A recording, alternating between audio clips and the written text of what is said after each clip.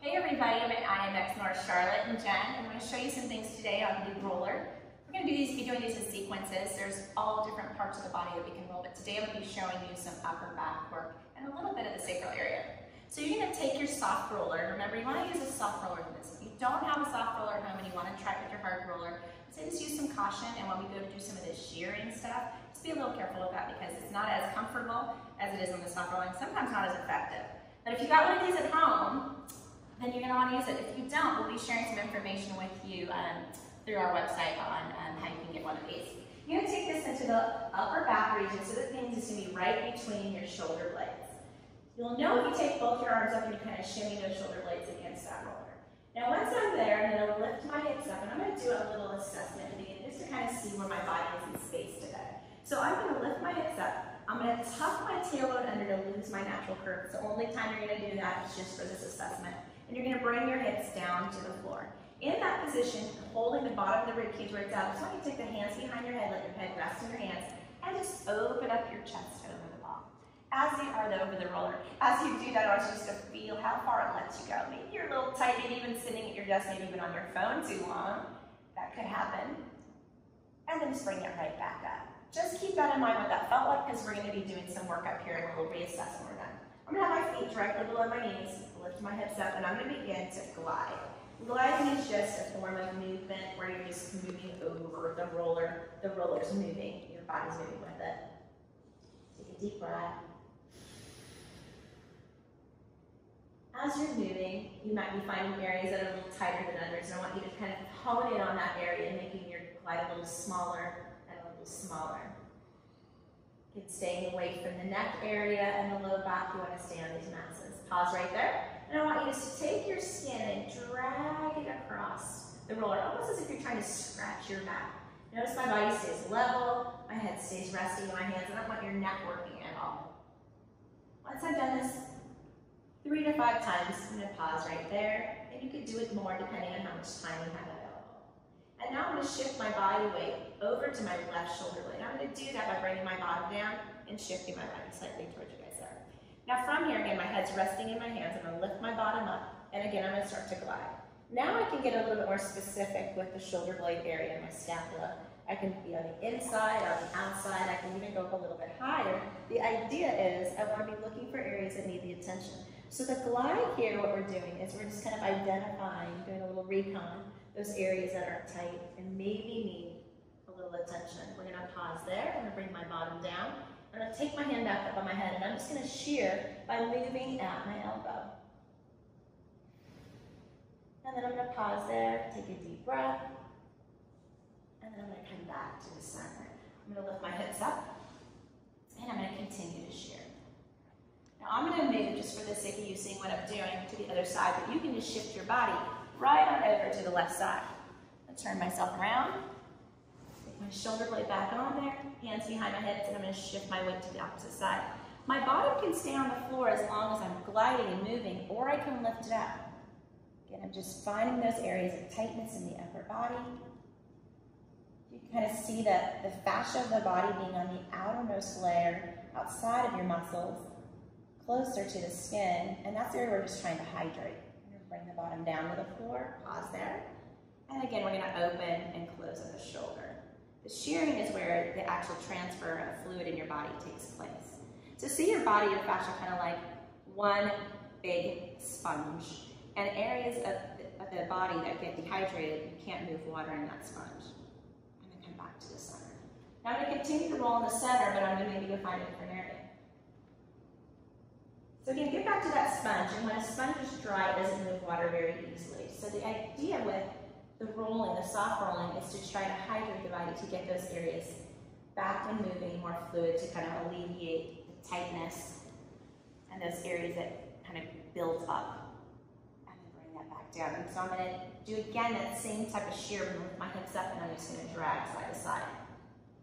So I can do this in several different areas of my upper back. I can do this 3, 5, 6 times. The general rule is not to spend more than 10 minutes on any one area. Pause in the center, and let's go back and reassess. To reassess, I'm going to again have my heels right below my knees. I'm going to bring my bottom down to the floor, tucking my tailbone underneath me. And I'm just right between those shoulder blades again. I'm gonna take a deep breath.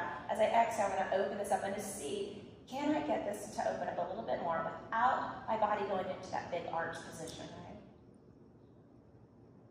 And then slowly bring this up. And then roll yourself up. Come all the way up. Now that's mostly in the upper back area. I'm gonna now move down to the sacral area right underneath my bottom. So I'm gonna lay on my back, lift my bottom up, and the toughest part of this is figuring out where this roller goes. So, once I have the back of my hips, not my bottom, not my low back, but right in between there, on the roller, I'm gonna bring both knees up and have the heels touching the back of my legs. My knees are directly on top of my hips.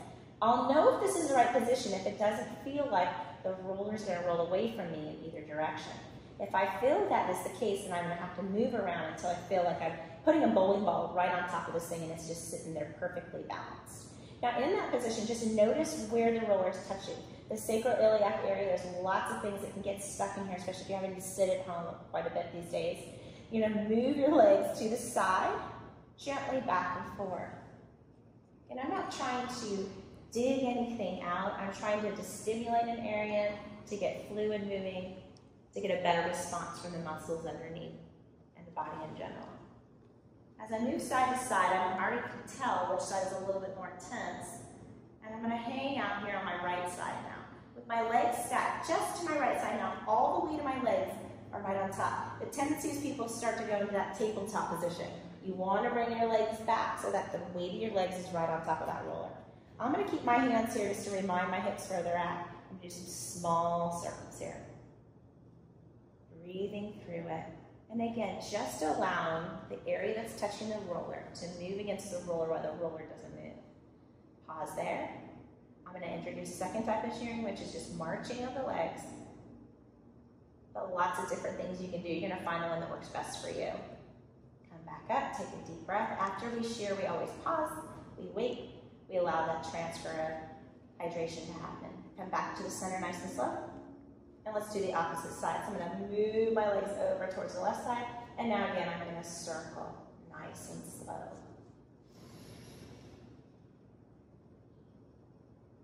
Sometimes you wake up in the morning and you have general tightness in your body. You're not quite sure where it comes from. It's not really an injury, but you're just a little tight. Sometimes just some simple movements on the roller can alleviate this and get you moving a lot more fluid and efficient. Pause it there. Hold. And now we're going to go to a second type of shear, the marching. And I'm just moving my legs not too far. Notice my low back's not changing positions. Pause there. Take a deep breath. And come back to the center. Now there's multiple things we can do in this position. Those of you who've been taking the roll and release classes here, we've done a lot of different stuff in here, but I'm going to show you one of the ones I find the most effective at shearing that sacroiliac area. Notice that your pelvis can move in both that anterior tilt and that posterior tilt. It's important that you can do that while you're on the roller. If you can't, you probably need to reposition the roller until you can do that. Then you'll know that your body's in the right position. So keeping that in mind, I'm going to do a little shear for the back that seems like it's not a lot going on, but once you're finished with it, you're going to feel this. You're going to place your hands on top of your thighs. You're going to push your thighs into your hands with equal pressure. So I'm pushing my legs and my hands are pushing against my legs as my legs try to come in there. In that position, I want you to tuck your tailbone underneath you as if your tailbone is being flattened out. So this is your posterior tilt. Notice my abs even shake when I do this. As I'm doing that, I'm drawing that fluid to that area that's touching the roller, and then I'm going to release it. Deep breath here. Exhale, push my hands into my thighs. Push that tailbone down. Keep the tension out of that neck. All of your foundational movements still apply here. And release. And one more. Push into the thighs. Thighs push into the hands. And release. I'm just going to bring one leg down. Switch to the other leg. Now, if you've been up here for a little bit and feeling like, oh, everything feels so tight here, the roller is also really great for going right into stretching. Notice it's lifting your hips up. So I'm going to bring my right knee in my chest, the left leg out, and I'm just going to hold that there. Notice it's opening the hip. It's also called a Thompson stretch, so those of you who've done this before, maybe off the table, have that opportunity to stretch the back side of the right leg and the front side of the opposite. opposite leg. Switch legs. Bring that knee in and bring that opposite leg out. So I'm just going to show you a couple bonus stretches here because you're already in this position, so why not? And then we'll bring that leg back up. Now notice I'm doing a low back stretch and I'm pulling my knees into my chest. I wouldn't be able to lift my bottom off the ground with this. The roller can assist me in this by lifting my hips up and making it a little easier for me to pull my knees toward my chest. So I'm stretching that lumbar area now. Now, holding on to that little stretch there, I can rotate my legs to one side, and I can even take my top leg and start to extend it. Again, the idea is to stretch the sides of the back. And then I can bring that up nice and slow, and I'm going to do the opposite side. Start to let those legs float to the opposite side. I can bring this leg as far over as I need to. Again, the roller's assisting me in this stretch.